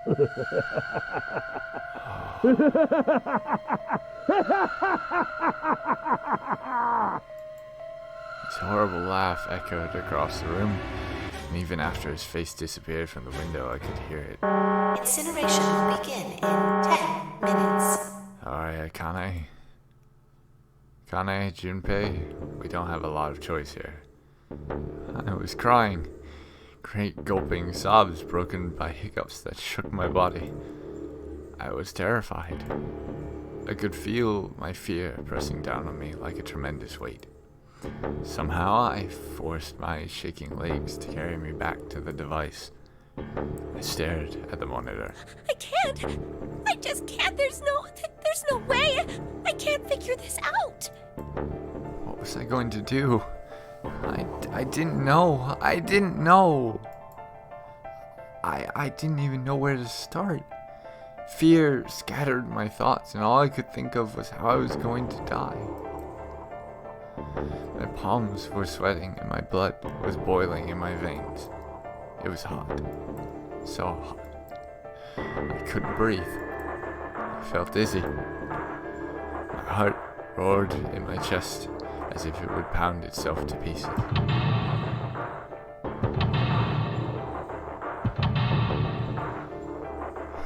I reached into my pocket. I wrapped my hand around the thing I'd come back to get. The doll Jumpy had given me. At least I had that. I held it tight with both hands and prayed. Help me! Jumpy! Help me! Help me! Help me! Jumpy! Jumpy! Jumpy! Please! Help me! Jumpy! Akane? Akane? Who the hell is Akane? Shut up! Just shut the hell up! Seven and Lotus don't understand. I think Clover and Snake have an idea, though. Clover's looking at me, and I think Snake may have figured it out. No, it doesn't matter. They're in my way. Where'd she go? Maybe over here? Akane! Akane! Can you hear me? Akane! Say something! Fuck! Did something break our connection? I swear I just heard her. Akane! Shit. Answer me! Akane! Jumpy? I spun around. I heard a voice. His voice. I looked around. He wasn't in the room, of course. But I'd heard it so clearly. Like he was right there. Jumpy! I screamed as loud as I could. Akane! Jumpy! That's her. She's there. And that means... Akane! Akane! Are you in the incinerator right Yes, I am! How did you know? now? I couldn't believe that he knew that. Now I understand what Santa Right. meant. There's only one way to help her. You were brought here to help my sister. To save Akane. So that's the last one. Junpei's connection. Well, I still don't know Lotus's, but I think I get it now. Incineration will begin in 7 minutes. Jumpy, we don't have time! As quickly as I could, I told him that I had to solve the puzzle in order to stop the incinerator. Got it! And I do. I get everything now. At last, I finally understand what all of this means. I know why the nunnery game was held today. I know why we were kidnapped and brought here. It was all for this moment. All of this was planned out to lead to this one moment. Oh my god. This is insane. I can't believe it, but there's only one possible answer. June is 0 is Akane Kurashiki. She recreated the history of the future that she had a glimpse of 9 years ago. She tried to save herself that way 9 years ago. No, she's trying to save herself right now. That means that there's only one thing for me to do. Even if this is all some sort of insane plan, I will save her. I will save Akane. Kurashiki. I must save her, no matter what. Incineration will begin in 6 minutes. The voice reminded me of how much time I had left. Yeah, I know. Just hang on, all right? I promise I'll get you out of there. I'm not gonna let you die. I promise. So don't worry, all right? Just give me a few minutes, okay? Okay. My voice shook as I answered. It was hot in the room. It felt like my heart was on fire. 6 minutes or not, my heart's burned with my feelings for him.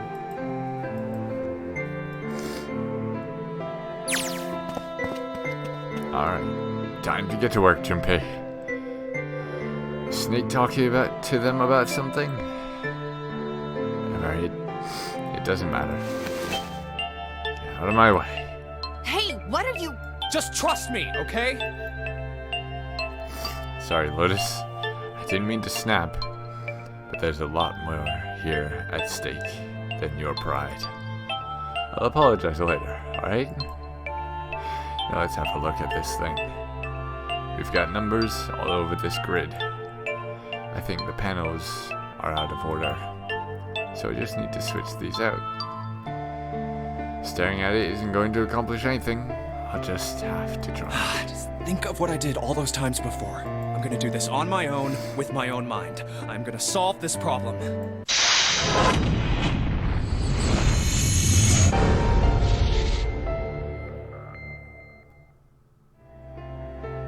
Alright.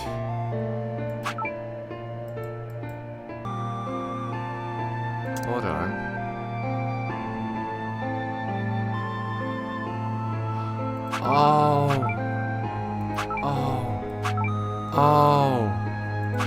Oh.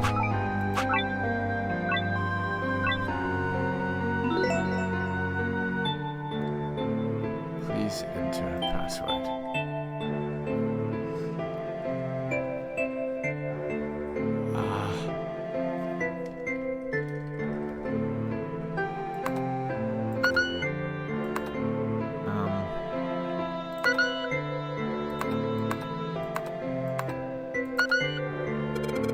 Password?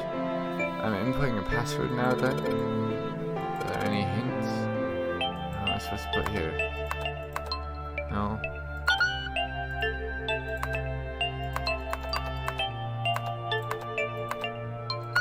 No.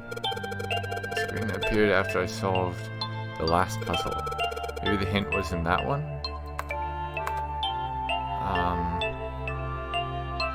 If it was, then...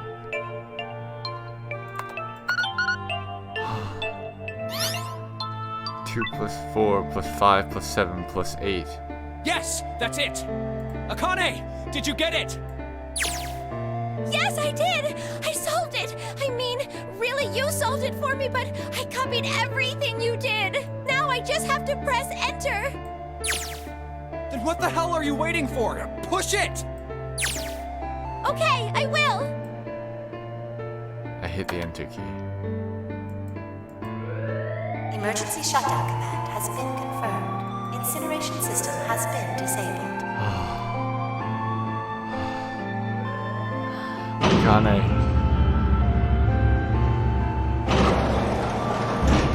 You did it. Jumpy!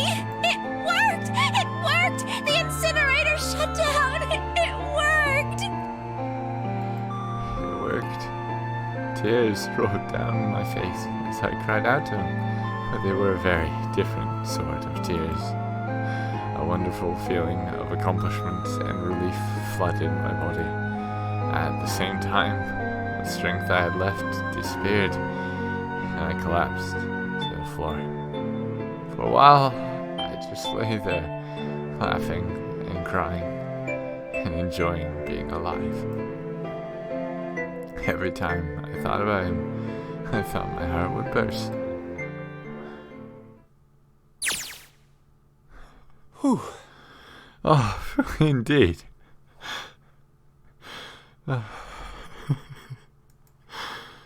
I can't quite believe I did that. But I am so glad. So glad. I feel like my heart's on fire.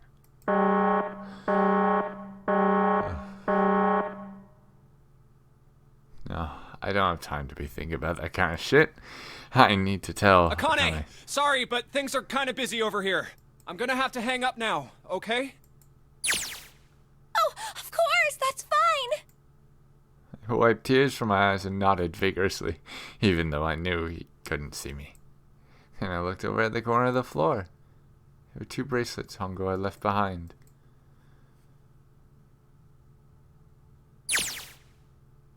Now. Well, Seven and Lotus don't look particularly happy with me. Not a very nice look to give someone who just saved your lives, guys. Junpei, are you... Okay. Shut it. Right. Okay, so maybe they have a reason to be pissed off. So, what if I haven't pressed the enter key yet? Alright, nothing's holding me back now. Here goes. Wait. Incineration will begin in 90 seconds. What? It doesn't sound like it's stopping. What the shit? Why isn't it stop? Okay, maybe I didn't hit the enter key hard enough. Just hit it again, and again, and again. Okay, that's not working either. The alarm's still going off. What the hell is going on? I've got all the right numbers in the right boxes. It's perfect. So why the fuck isn't this thing stopping? Incineration will begin in 60 seconds. Wait, of course. That's what the numbers that showed up after the puzzle mean. 2 plus 4 plus 5 plus 7 plus 8. 5.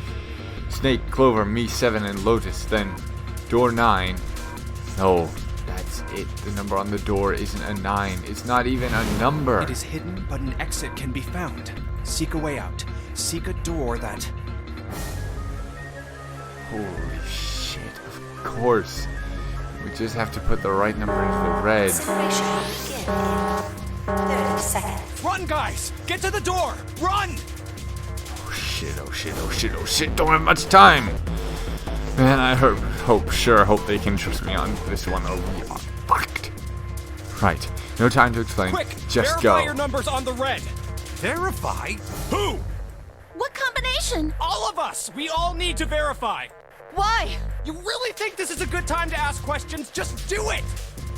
Hurry, hurry, hurry, hurry, hurry! Incineration will begin in 10 seconds. 9, 8, 7, 6, 5, 4, 3, 2. Central gate has been opened. Incineration system has been disabled.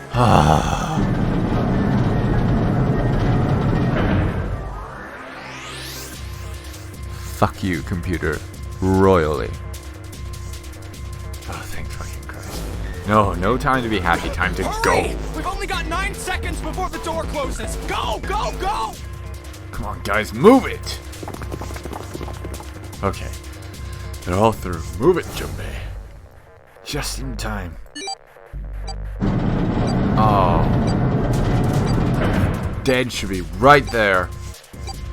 There goes the door. No, don't calm down yet. You're not done. We've still got to find the dead. There you go.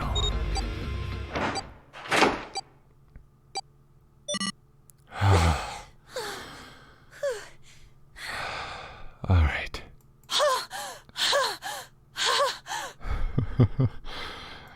Sorry about that, guys.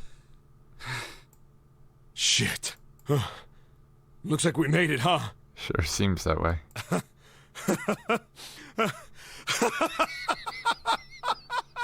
Yeah, close call. Looks like Clover and Lotus are totally out of energy. Snake is shaking his head wearily. I just want to take a nap, Akane? Akane! Can you hear me? Akane! I want to tell her we made it. I want to tell her how good I feel, but nothing.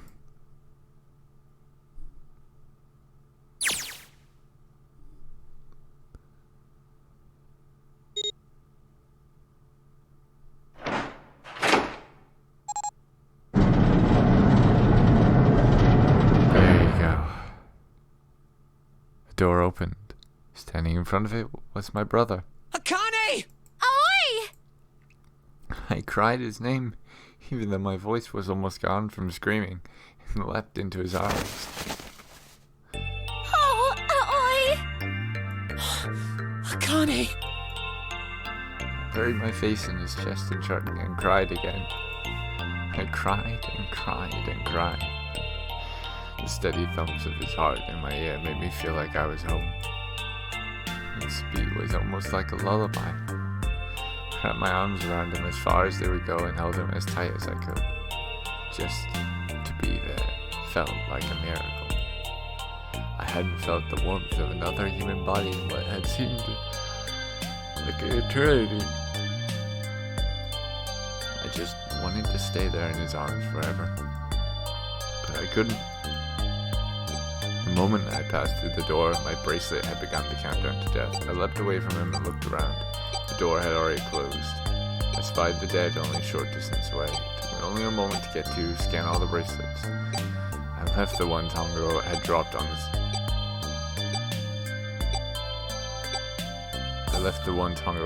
the scanner panel. That was it.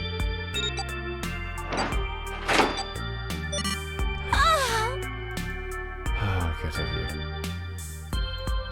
It would have been bad if he'd gone off just because.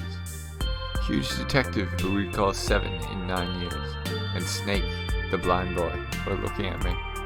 They seemed to have been utterly stunned by my sudden appearance. Their eyes were wide and their mouths hung open. Alright, let's get out of here.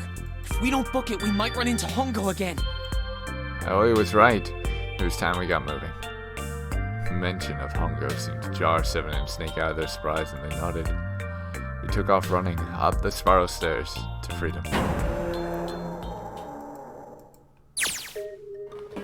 Time for more running. But if they can't get us out of here, no wonder we're running so hard. My heart's beating so hard I can barely hear. God, I can't wait to breathe real air again. Huh? 7 talking. Hey, Junpei, can I ask you something? What's up? That door, the one with the 9 on it. Why'd it open? Yeah, all 5 of us verified our numbers on the red. 2 plus 4 plus 5 plus 7 plus 8 is 26. That makes our digital route 8. It shouldn't have opened. That's not like you, Lotus. I thought you would have figured it out already. Huh? Why? Because you were the person who taught me about the idea of bases. Bases? Yeah. What are the 2 numbers in base 2? 0 and 1. How about base 10? That goes from 0 to 9, right? Then how about base 16? 0 through F. After 9, it starts at A and goes from there. B, C, D, etc. You're right. In other words, A in base 16 is 10 in base 10. B is 11, C is 12, D is 13, and so on. So, what about it? You don't get it? What if we keep going with that pattern? What if you go way past base 16 all the way to base 27? Base 27? Yeah. Well, the numerical digits are the same. So, I guess you'd add alphabetical digits. E is 14, F is 15, G is 16. H is 17, I is 18, J is 19. K is 20, L is 21, M is 22. N is 23, O is 24, P is 25. Yeah, and? What comes after that? Q. 26! And what does that mean? There wasn't a 9 on the door. There was a Q. It was a Q! A fucking lowercase q! Yeah, that's pretty much it. I guess to put it another way, you could say that it was a 9 in base 10, but a Q in base 27. Time for more running. God, my thighs are killing me. I swear, any moment now I'm gonna tear a muscle. I feel like every single cell of my body is dying for air. Every breath I take is a chore now. I feel like my lungs are gonna burst. Maybe just a short rest? Nope, can't stop. Don't have time. Come on, legs. There can't be many more of these steps left. Let's run. Run! Like a bullet down a rifled barrel. Like a tornado cutting through a sea of clouds. I feel like we're running along the back of a giant coiled dragon. Finally.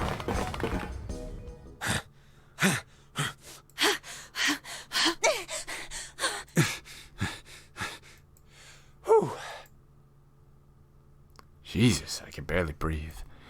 No, Junpei, no time to rest.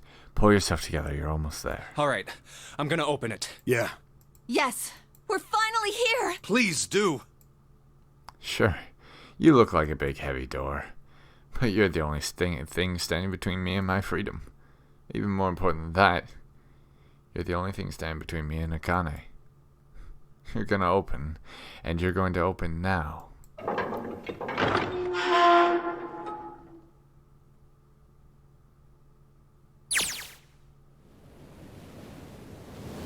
felt her hand on my shoulder. It was Aoi's. He gave it a small, reassuring squeeze. I was so happy, I felt like I could melt. My heart was at peace. And not only because my brother and I were back together again. Thanks to the huge detective, all 9 of us who had been kidnapped. We were finally able to escape the gigantic. On the distant horizon, we could see the faint outline of the ship as it sank. It gave a thunderous roar as it finally slipped beneath the waves.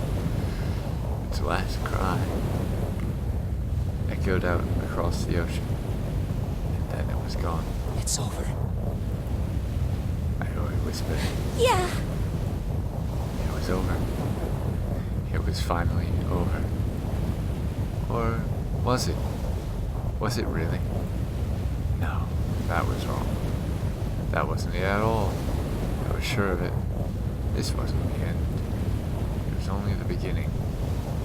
This was only a prologue to what would happen in 9 years.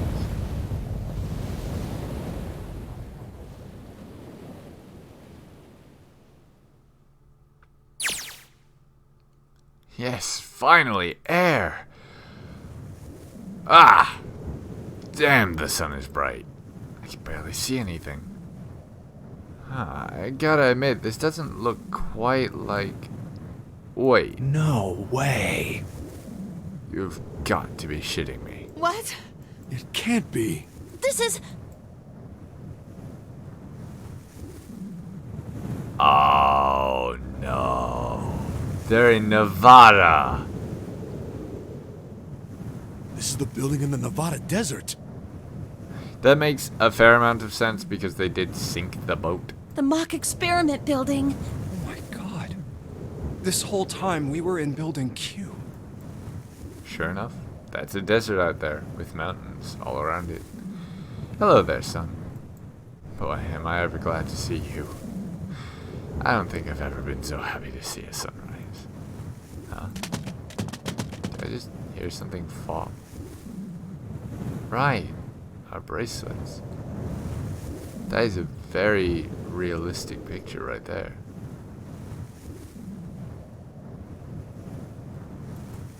I guess I've never really got a good look at the underside of these.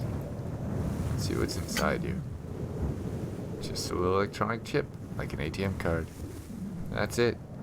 There's nothing else. Nothing that even looks like a detonator. There's never a detonator to begin with. Figures. Akane. Jumpy.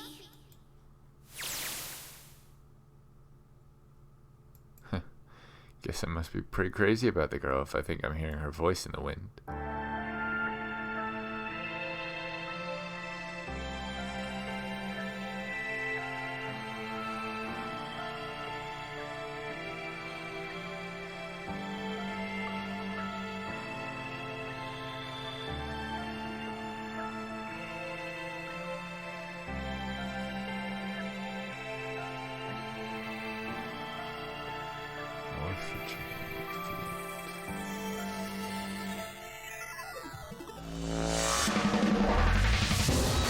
Well, that was the true ending of 999, apparently.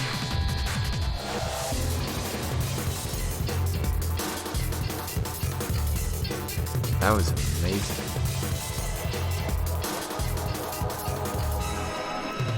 Ah, it's so emotionally jarring, my goodness.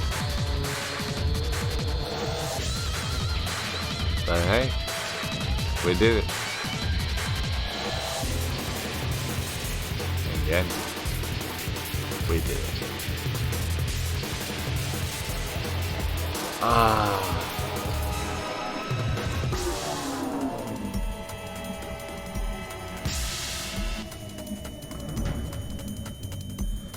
Thank you so much for watching, guys. Thank you for being with me on this journey. Or if you just decide to watch this last episode just because you found it on the internet and wanted to know how it ended. Thank you as well. I had a great time. That is Zero Escape 999. I'm not going to do the other two endings. Are you okay? Oh, come on. This is nothing. Really? Yeah. You don't look okay. It was just before the end of elementary school. Jumpy and I were sitting next to each other on a small hill, looking down at the town as the sun slowly set. How does it look then? He was half serious and half joking. I thought about it for a minute at first. Well, let's see. It looks like you kissed a toad and got warts, but then they just kept growing and growing and growing. What does that even mean? Jumpy grinned and... Ow. See? I told you you're not okay. You're too reckless. You can't beat 5 8th graders, Jumpy. That's crazy. Yeah, but I couldn't just stand there. I mean, don't you think so? I had to do something.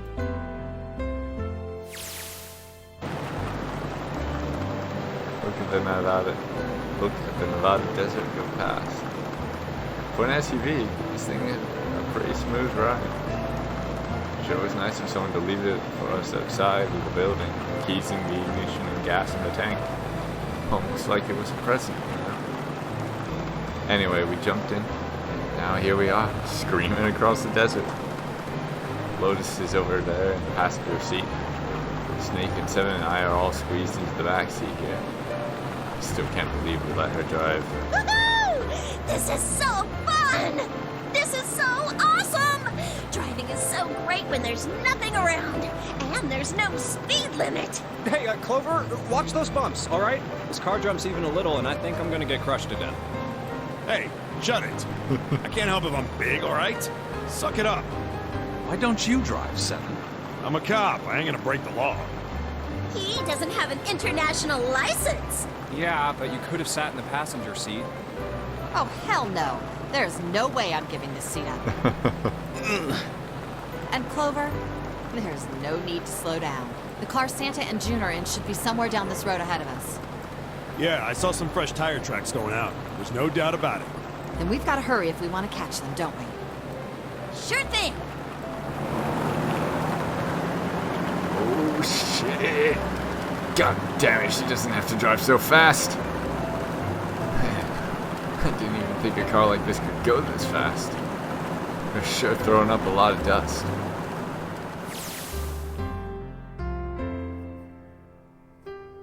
It was a couple hours after we'd run into the junior high students. They'd been hiding in the bushes in the back of one of those hills, drenching a kitten in gasoline. The moment we saw what they were doing, Jumpy ran up to them furious. Hey, what the hell are you doing? Then he jumped on them. He quickly scooped up the kitten and tossed it to me. I caught it and ran for the police station as fast as I could. Help me! Officer, please! You have to come with me! The policeman and I headed back up to the hill. All we found was Jumpy sprawled on the ground with her face covered in big swelling lumps. You couldn't run away after you threw the kitty to me? I asked him. He stuck his tongue out through the hole in his mouth where a tooth had fallen out. Yeah, I guess I could have. Then why didn't you? I didn't want to. I wanted to beat him up. Beat him up real good. Because of what they were doing to the kitty.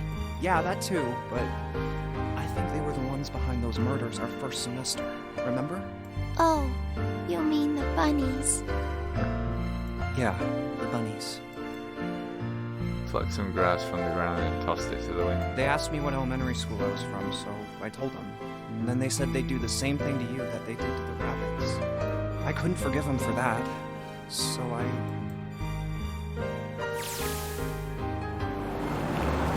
Hey, there's still some stuff I don't get. Of course, they probably don't know anymore. Like Ace. Well, I guess I should say Gentaro Hongo. Why did he create the Nonary project? Anybody? Any ideas?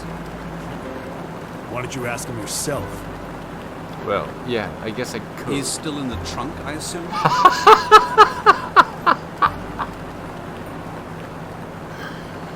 That is completely fair. Yeah, he is. Still tied up, I'm assuming, with his mouth taped shut. His eyes just look empty, no emotion. It looks like he's just given up. I wonder if he even cares what happens to him.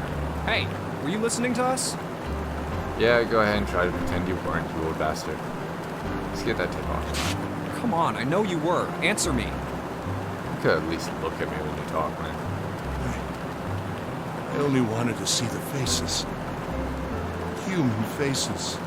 I thought if I could gain the ability to access the morphic field set, then perhaps I could see faces. That's actually really sad. By peering into people's minds, you could understand how they were processing the expressions of others. That's it? Yes. If you want to put it simply, but if you are looking for a more philosophical answer, I can supply that as well. I mean, he's a terrible person, but I do still like the character a lot. The human collective consciousness.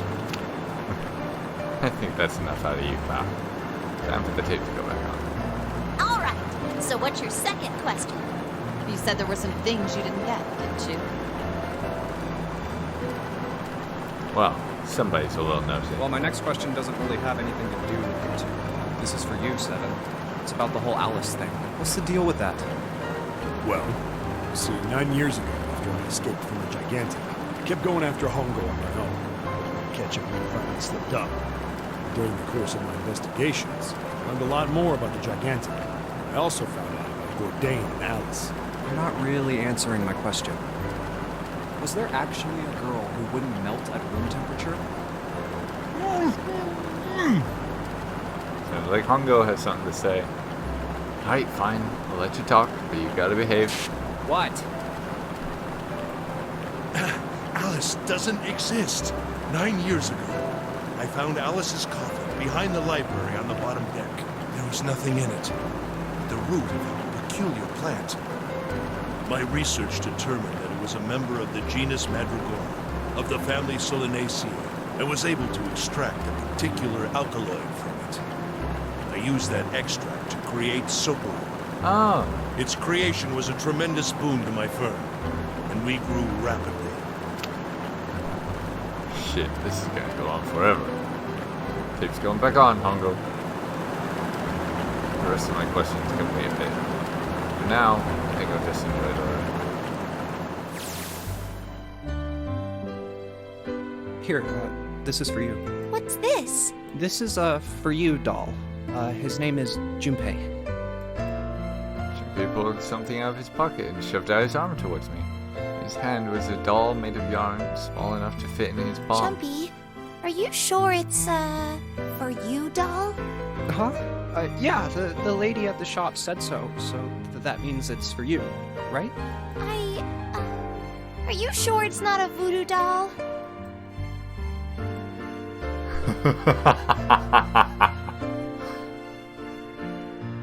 Wait, what? That's... Oh, man. Oh, man.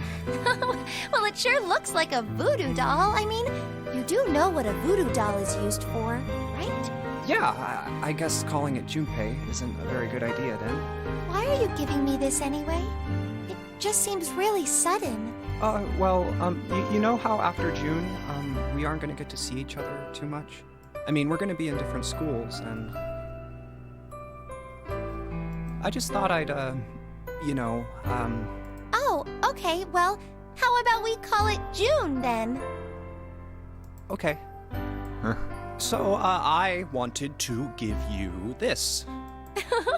You sound like some sort of tribal chief in a bad movie. Yes. I, head of tribe. This doll, traditional charm of tribe. So I give this, it me. So we always together. Oh, Jumpy. If something bad, then hold and pray. I go wherever you are. So here, take. I reached my hand out and picked up the doll gently. Thank you. Thank you so much, Jumpy. Before I knew it, I was crying. Tears streamed down my face and fell onto June's tiny yarn body. Oh, Jumpy. I'll never forget you. I promise. Jumpy looked straight in my eyes and said just 5 words. I'll never forget you either. The sky was a beautiful crimson red as it melted down towards the horizon. The last golden rays of sunlight stretched out across the city and painted themselves across the hills. We sat, bathed in warm light of the evening, just the two of us, leaning gently against one another, shoulder to shoulder. Sunset, and we still didn't leave. We watched in silence as the darkness deepened, and one by one, the lights of the town began to flicker on.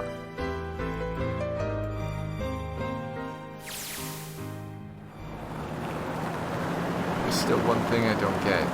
To be honest, it's the biggest mystery as far as I'm concerned, and also the only one that's really important. It has to do with June and Akane. 9 years ago, she died in the incinerator on the Gigantic. But she's still alive now, as June. But how? Is it because I tapped into the morphic field set and saved her 9 years ago? Alright, let's say that makes some kind of insane sense. If I did that, then how do I make sense of what Seven remembers? Snake makes sense. He's blind. He couldn't have seen her body anyway. But Seven, he said he was sure he saw it. Does that mean there's some kind of historical discrepancy? Or, wait, maybe that's not it at all. There is one other logical explanation. Was what you told me the truth, Seven? You look satisfied. No way. He couldn't. Hey, look! Over there. There's somebody next to the road. Huh? What?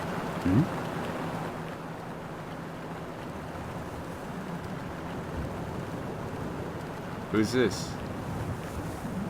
What the heck?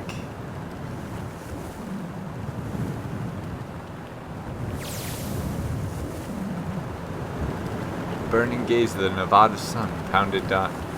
The Nevada sun pounded down on her head. The desert around her rippled with heat. Standing there on that shimmering plain was a woman, her arm out and her thumb up. It would not be long before Junpei realized who she was.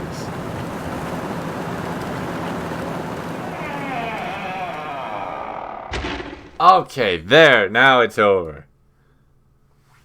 Almost at the 2-hour mark just with this particular clip alone. Oh my goodness. Oh my goodness, what a game. Oh, that was a journey. That was an adventure. Oh, man. Don't forget your towel. Spike Chunsoft. Freaking rolling it out one after the other. Friggin' clicking to saving. Yes, I want to save here. There we go, the Akane ending. Heck yeah. Oh my gosh. We unlocked that and then just this whole line comes to exist. Ah, goodness. I am probably going to do this line at some point and get this somehow. However, I'm not going to do it on camera because I've done the majority of the game on camera and I still want you to have a reason to play this for yourself. If for some reason you have skipped to watching this video, not only have you just spoiled the ending for yourself, but I still recommend everything that leads up to it because it is a beautiful and very well written story that I love. That is amazing. And here at the tail end of having just gone through that entire adventure, I have to say I absolutely love this game, and I am very happy with how it turned out. Thank you all for joining me for however long you've been a part of this. And I will see you for the next one. Have a good one. Goodbye.